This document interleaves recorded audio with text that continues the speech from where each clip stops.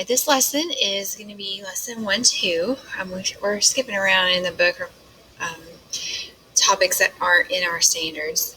So 1-2 is the first lesson we're going to do in Unit 1, and it's about the standard form of a circle. And they almost always put these questions on our challenge exam, and they almost always put these questions on the ACT. So this is something that can help you do well on both of those tests. So the standard form of a circle is the quantity x minus h quantity squared plus the quantity y minus k quantity squared equals r squared, where hk is the center of the circle and r is the radius. So those are the two parts of the circle, the center and the radius. And that's all we need to be able to write an equation in standard form. Now, because the original form has subtraction here and here, that means whenever we are using our center, we actually kind of use the opposite, because minus a negative would make that a plus, and minus a positive would keep it a minus. All right, so on example 1, we are given the center and the radius, and we are going to write the standard form of a circle. So our center is h and k. So the h is 0 and the k is 0, and the radius is r. So I'm just going to stick these into my standard form. So if you have x minus 0 squared, that's the same as just x squared. Right? And then a plus in between, this plus right here. And then the same thing for the y. It's y minus 0 is the same as just y, and then square that. And that should equal our radius squared, so that should equal 9. All right, let's look at B. So on B, h is -2, and k is 3, r is the square root of 5. So like I was saying before, when we put in -2, it's x minus -2, or just x plus 2 squared. So if that part of your center is negative, inside the parentheses is positive. All right, and then it would be y minus 3 squared. And that should equal your radius squared. So when you square the square root of 5, that's just regular 5.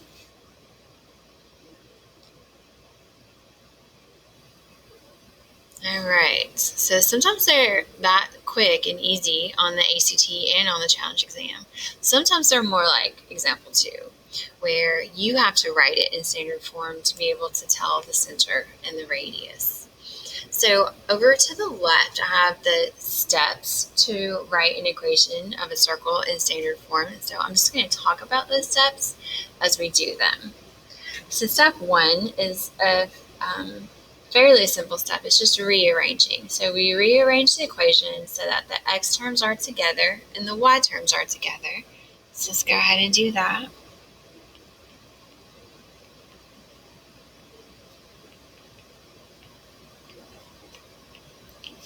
And move the constant to the other side.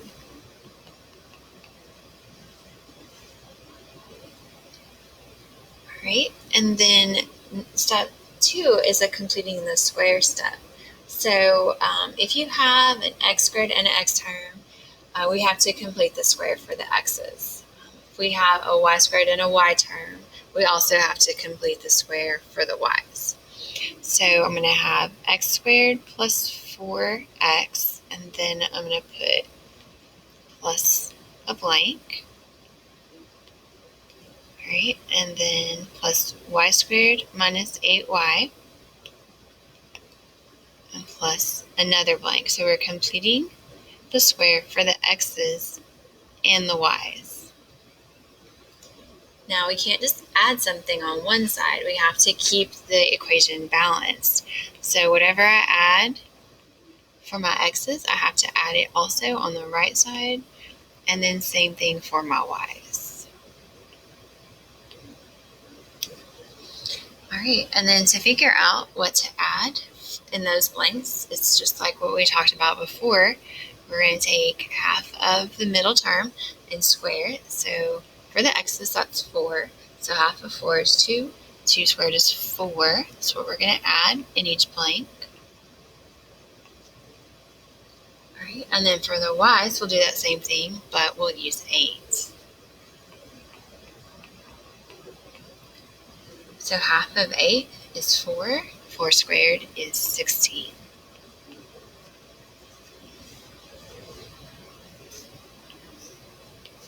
Okay.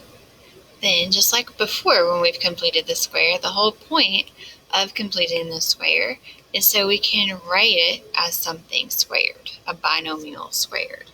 So same steps as before, we bring down the variable, bring down the first sign you see, and then it's what you got when you took half. Bring down the variable, which is y, the first sign, and then what you got when you took half. All right, and then over there on the right, we're going to do negative 11 plus 4 plus 16, which is 9. So you guys take a second and tell me, or just write down, like you can't tell me, write down what the center is and what the radius is.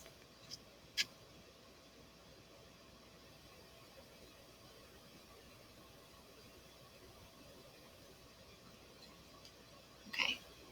So when we have our equation in standard form, when we want to give the center, the x part comes out of the parentheses with the x, and we use the opposite sign. So since it's a plus 2, the x part of the center is negative 2.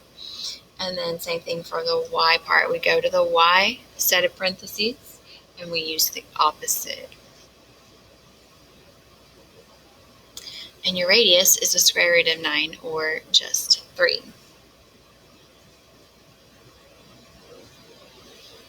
Okay. And then to graph a circle, it's kind of fun.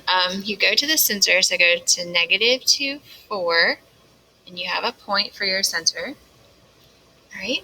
And then you are going to move whatever the radius is in each direction. So we're going to go 3 to the left and have a point, 3 up, 3, I said left when I went right. So 3 right, 3 up, 3 left, and 3 down. All right, and then try your best to draw a circle. I may do a little cheat in a second.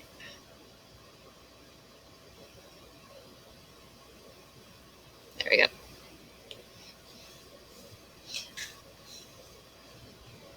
So your circle may look more like a potato. That's okay. Just try your best to make a circle.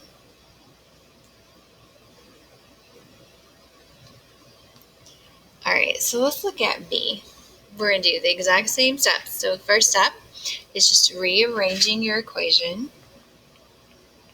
So the x's are together, the y's are together, and the constant is on the other side.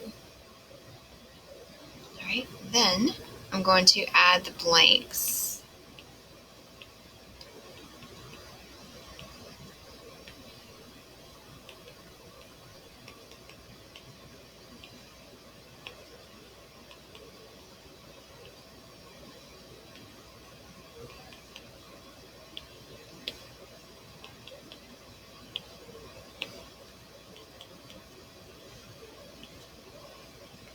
So you guys take a second and figure out what's going to go in the pink blank for the x's and what's going to go in the green blank for the y's.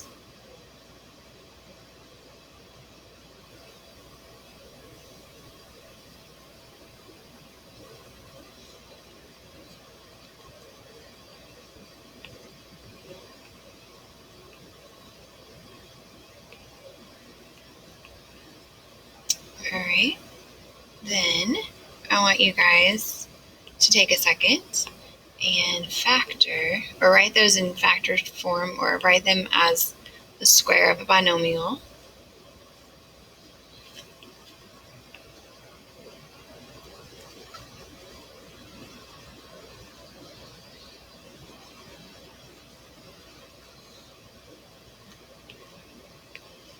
Alright, so we bring down the sign in front of the 2, and that's what we got when we took half, 2.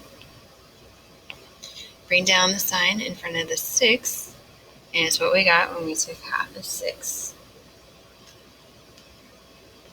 Alright, and then 1 plus 1 plus 9 is 11.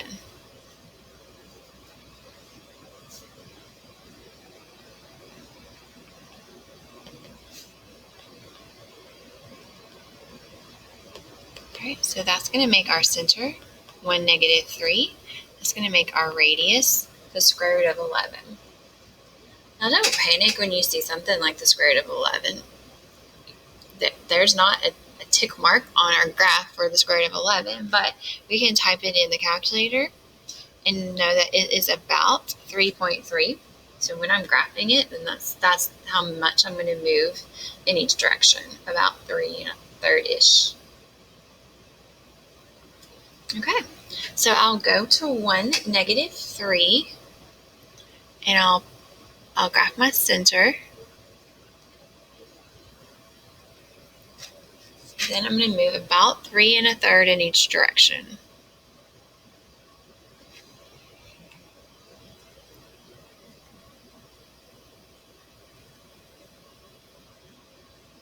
This little bitty grid, it's hard to move a third.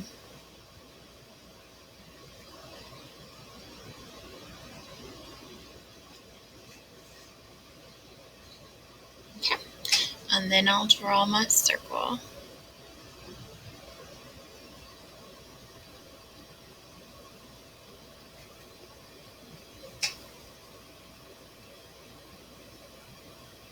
Okay, so that's it for today's lesson. So go ahead and do your assignment. There's a few problems out of the book and then some extra problems that I made up.